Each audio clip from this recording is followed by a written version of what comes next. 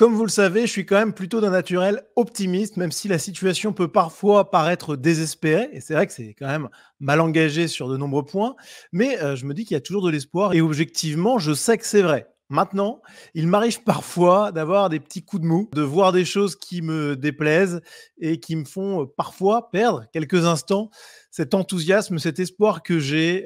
Et je parle là de la naïveté de certaines personnes à droite et aussi du manque de structuration idéologique quant à la question d'identité. Et on va le voir ensemble avec le rapport de beaucoup à droite à certains immigrés bien intégrés, très sympathiques, qui font beaucoup d'efforts pour s'intégrer, et vous allez voir qu'il y a beaucoup à dire. Alors, premier travers qu'il peut y avoir à droite, mais heureusement quand même de moins en moins, c'est cette espèce de fascination pour les immigrés qui sont là clandestinement, mais pour travailler. On va le voir avec donc cette affaire. Souleymane qui est arrivé en France en 2019 et qui a commencé à travailler comme boulanger à Rennes. Et aujourd'hui, eh bien, il est menacé d'expulsion, normal, c'est un clandestin. Mais beaucoup de monde ne veulent pas son expulsion. Alors, il y a évidemment son patron qui a embauché un clandestin. Je le rappelle, c'est un délit sévèrement puni par la loi. Et au-delà du fait qu'il y ait un ensemble de médias, d'hommes politiques, de grandes figures culturelles et compagnie qui se positionnent sur ces dossiers et qui donc promeuvent un délit sévèrement réprimé par la loi, puisque c'est un clandestin, je le précise à nouveau, eh bien, au-delà de ça, il y a un grave vice intellectuel dans ce raisonnement. J'en ai longuement parlé dans une vidéo que j'ai réalisée il y a quelques jours, Régulariser les clandestins, analyse d'une folie, une vidéo qui n'a pas eu tant de vues que ça, mais qui pourtant donne pas mal d'arguments concrets à opposer au discours gauchiste sur cette régularisation. Je parle de plein de choses là-dessus, et objectivement, c'est inconcevable d'avoir une telle promotion de clandestins sur le territoire, alors même qu'on a énormément d'inactifs en France, plus de 5 millions. C'est gigantesque. Et il y a bien des solutions avant de recourir à des clandestins.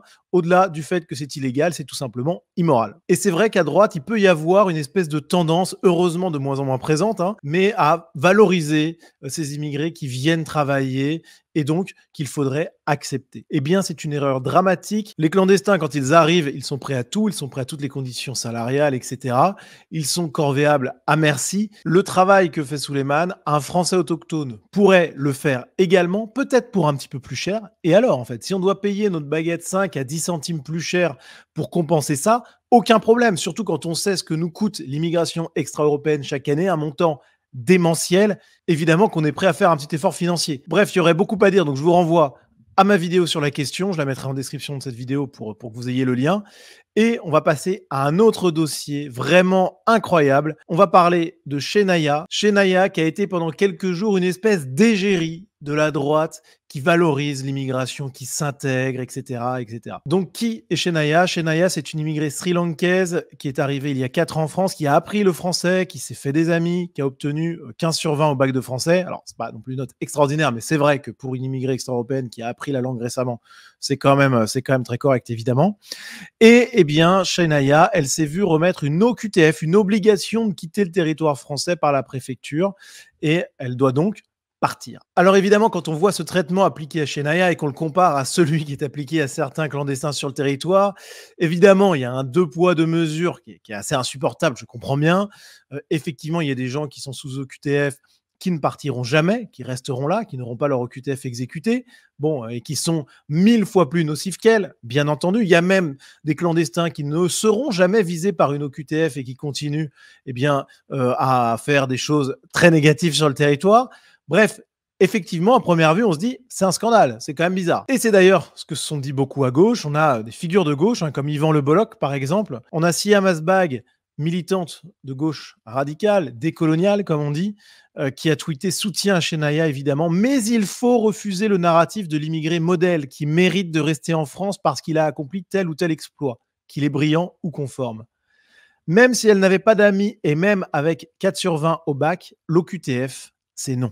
Alors évidemment, la gauche profite au maximum du profil de Chenaya, qui est évidemment 1000 fois moins intimidante, 1000 fois moins nocive que beaucoup d'immigrés extra-européens clandestins qui sont sur notre territoire et qui se baladent dans nos rues le soir. Vous les connaissez tous, vous les voyez tous en bande dans les grandes villes françaises et même dans les petites villes françaises maintenant malheureusement. Des têtes patibulaires, des regards menaçants et bien souvent malheureusement des couteaux dans la petite banane, dans la sacoche et des agressions qui suivent. Bref, Évidemment que Chenaya, à côté, semble être une immigrée modèle, et c'est logique que donc la gauche se saisisse de son cas. Et c'est d'ailleurs fou parce qu'il profite de son cas pour aller encore plus loin. Il demande même la fin des obligations de quitter le territoire français. Concrètement, ça veut dire qu'il n'y a plus aucune mesure d'éloignement prononcée contre les clandestins sur le territoire. Tout le monde peut rentrer dans leur monde imaginaire et fantasmé, et personne n'a à sortir. C'est-à-dire que la France est totalement ouverte. C'est du délire pur, mais ils profitent de ce cas de Chenaya pour faire avancer leur agenda idéologique totalement dingue, totalement destructeur de notre civilisation. Mais après tout, c'est assez logique. Les gauchistes jouent leur rôle. Là où c'est un peu moins logique, c'est qu'une partie de la droite a décidé de soutenir Chenaya. On va le voir avec, par exemple, cette créatrice de contenu. Alors, je ne connais pas exactement ce qu'elle dit de manière générale, mais elle se présente comme patriote et païenne. Elle est assez suivie. Elle a fait quand même pas mal de scores sur ses vidéos de soutien à Chenaya. Elle a partagé le lien de la pétition, etc. Donc, dans des tweets relativement vus. On a également ce tweet du compte Tous avec Zemmour, qui donc soutient Chenaya, un tweet qui a été très, très vu, très apprécié. Et puis, on a également Maud Koffler, qui a tweeté: depuis plus de 10 ans, une amie japonaise et une amie vietnamienne vivent, travaillent et payent leurs impôts en France, connaissent autant de mots de vocabulaire que moi, célèbrent nos traditions, épousent notre culture et ne parviennent pas à renouveler leur visa. On leur refuse. L'une d'elles vient même d'être placée sous OQTF. L'administration française est une poubelle gorgée d'imbéciles et de clientélistes qui déshonorent la France en privilégiant la régularisation des fauteurs de troubles au lieu de récompenser ceux qui servent notre pays. Alors avant d'aller au fin mot de cette histoire, puisqu'évidemment tout ce beau petit monde est cocu, on va s'attarder un peu là-dessus. En quoi le fait d'entrer dans un pays, d'y travailler, de ne pas foutre le bordel, de respecter les traditions, etc., mériterait une récompense accordée à ceux qui servent notre pays? En quoi? Ça n'a pas de sens. La droite française est tellement imprégnée par le gauchisme ambiant qu'on en vient à tenir des discours complètement fous comme celui-ci. Je sais pas une attaque personnelle, hein, ni contre Maud Koffler, ni contre cette créatrice de contenu, mais c'est juste le discours est pas bon. Quand vous allez aux États-Unis, au Canada ou même dans un pays africain, etc., vous pouvez, bien sûr, si vous avez un travail, un emploi, etc., parce que vous rentrez pas comme ça dans ces pays-là d'ailleurs. Hein. Nous, en France, c'est assez gratos de rentrer, il n'y a pas de souci. Mais dans plein d'autres pays, c'est pas le cas.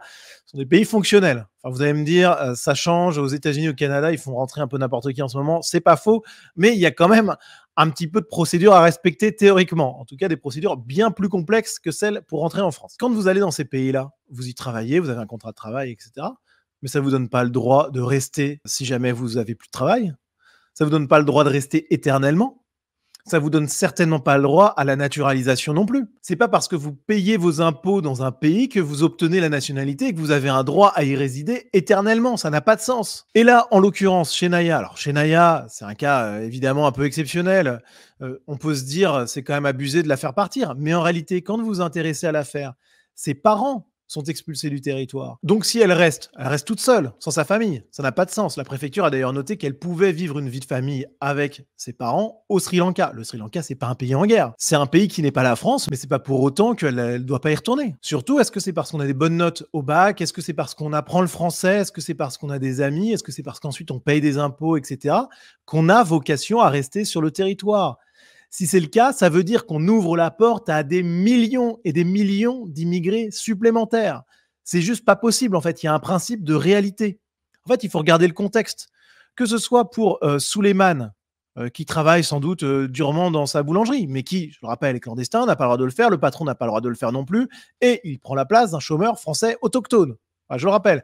Mais bon, il travaille, c'est sans doute quelqu'un de travailleur, il n'y a pas de souci, même si, attention à ce qu'il fait en dehors de ses heures de boulot, j'en sais rien, je ne vais pas préjuger. Pour ce qui est de Chenaya, bon, bah, c'est aussi une fille qui est sans doute très sympathique. Ok, mais c'est pas parce que quelqu'un est sympathique qu'il a le droit de venir dans notre pays, qu'il a le droit d'obtenir la nationalité ensuite. Ça n'a pas de sens. C'est pas parce que je suis sympathique que j'ai le droit d'avoir la nationalité américaine, la nationalité canadienne, la nationalité algérienne. Il y a que les Français qui sont ouverts à ce point-là sur le monde. Et le problème, c'est que même la droite tombe dans cet écueil. Je rappelle juste le contexte. La France et l'Europe sont en train d'être submergées par une invasion migratoire d'une ampleur exceptionnel. On ne peut pas analyser le cas de chez Yana sans prendre en compte ce contexte, c'est impossible. Par ailleurs, il faut enfin que la droite accepte que l'identité n'est pas seulement quelque chose de culturel. Je vais citer sur ce point une figure qui fera consensus, le général de Gaulle, qui déclarait dans des propos rapportés par Perfit: c'est très bien qu'il y ait des Français jaunes, des Français noirs, des Français bruns.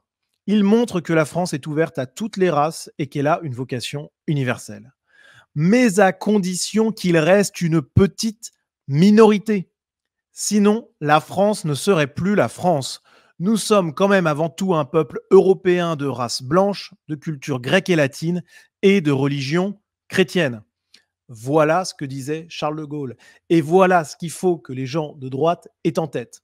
Quand vous entendez ça, normalement, vous devez être d'accord. Si vous n'êtes pas encore complètement, il suffit d'imaginer ce que serait une France composée à 70% d'extra-européens parfaitement intégrés. Le petit béret, la baguette sous le bras, récitant Corneille et compagnie, parlant un français impeccable. Malgré tout, ce ne serait plus la France, puisque la France, ce n'est pas seulement une idée, c'est aussi du concret, c'est une réalité charnelle, une réalité biologique. La France, c'est un ensemble composé de Français, et les Français sont des Européens. Donc, s'il y a une immigration extra-européenne massive en France, imaginons que tout soit parfait, qu'il soit parfaitement intégré, ce qui n'arrivera jamais. C'est un pur fantasme égalitariste gauchiste qui nie les différences biologiques entre les populations. Hein, mais admettons, rentrons dans le monde complètement fantasmé du gauchisme.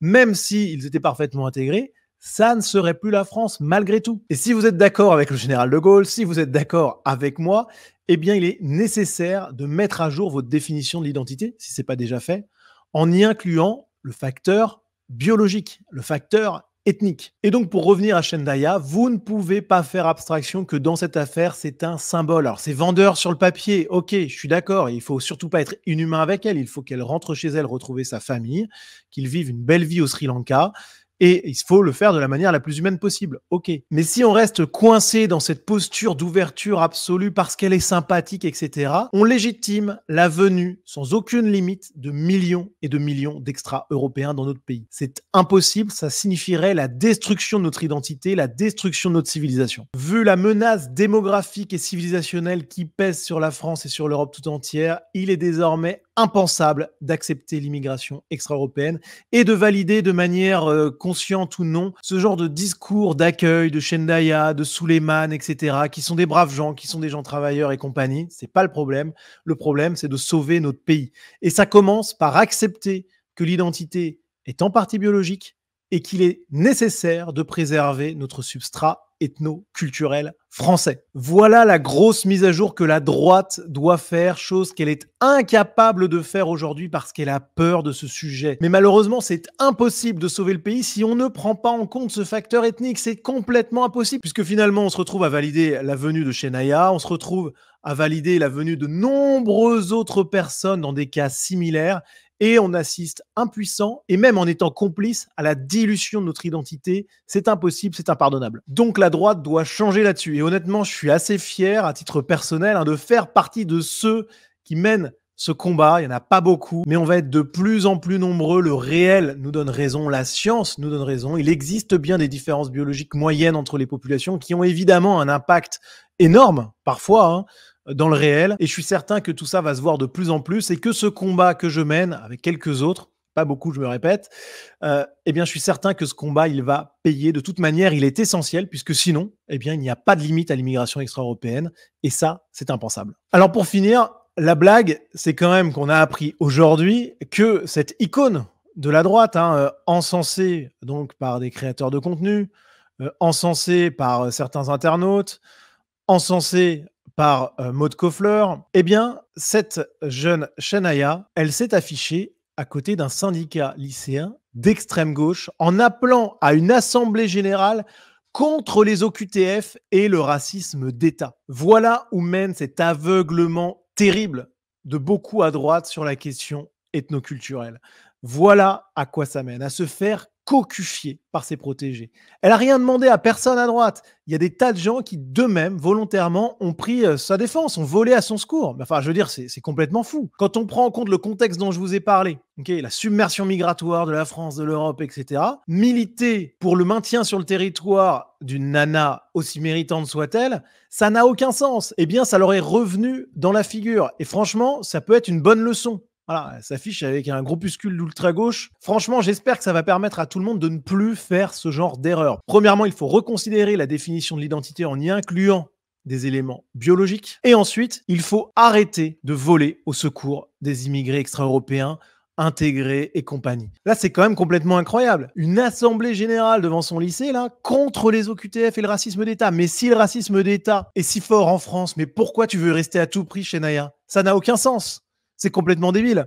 Franchement, tout ça, c'est complètement dingue. Mais le pire là-dedans, le plus fou, c'est quand même l'attitude de la droite sur cette question. Donc, je suis très content de cette histoire. Ça montre bien à quel point la droite est aveugle sur toutes ces questions-là parce qu'elle refuse d'aborder le fait biologique. Voilà. J'espère que ça va faire changer les choses et que, au fur et à mesure du temps qui passe, eh bien, les gens à droite vont se réveiller. En tout cas, c'est ce que j'espère et c'est ce à quoi j'œuvre du mieux que je peux de mon côté. Voilà pour cette vidéo. Franchement, c'est extraordinaire. La droite cocu jusqu'au bout. Franchement, il n'y a pas les mots là-dessus. Hein. C'est génial. Génial. C'est la droite qui fait une campagne de com pour une nana qui finit par cracher au visage de tous ceux qui l'ont soutenue et qui finit par cracher au visage de la France, pays dans lequel elle souhaite rester. C'est une excellente allégorie de ce qu'est la France aujourd'hui. Et s'il vous plaît, si vous regardez cette vidéo, pensez à tout ce que je viens de vous dire et acceptez que l'identité française ne peut plus être bradée, que nous faisons face à une menace civilisationnelle telle qu'il va falloir être plus dur qu'aujourd'hui et ne plus dérouler le tapis rouge au moindre immigré extra-européen qui sait parler français et qui est sympathique. Voilà, cette période-là, elle est finie. Voilà pour cette vidéo. Merci à vous de l'avoir regardée. Si elle vous a plu, si le travail que je fournis vous plaît, n'hésitez pas à le soutenir. Vous avez en description de cette vidéo une page Tipeee. Vous avez accès dans l'onglet News ici, pour ceux qui me soutiennent, eh bien, à des vidéos exclusives dédiées aux abonnés Sunrise. Voilà, c'est pas un simple don, c'est un soutien avec une contrepartie que j'estime assez qualitative, ma foi. Enfin, en tout cas, j'essaye. Bref, donc n'hésitez pas, ça soutient mon boulot. Et puis comme ça, vous pouvez découvrir plein de vidéos dédiées pour les soutiens de Sunrise. Donc les amis, on vous attend dans la communauté Sunrise et je vous dis à très vite.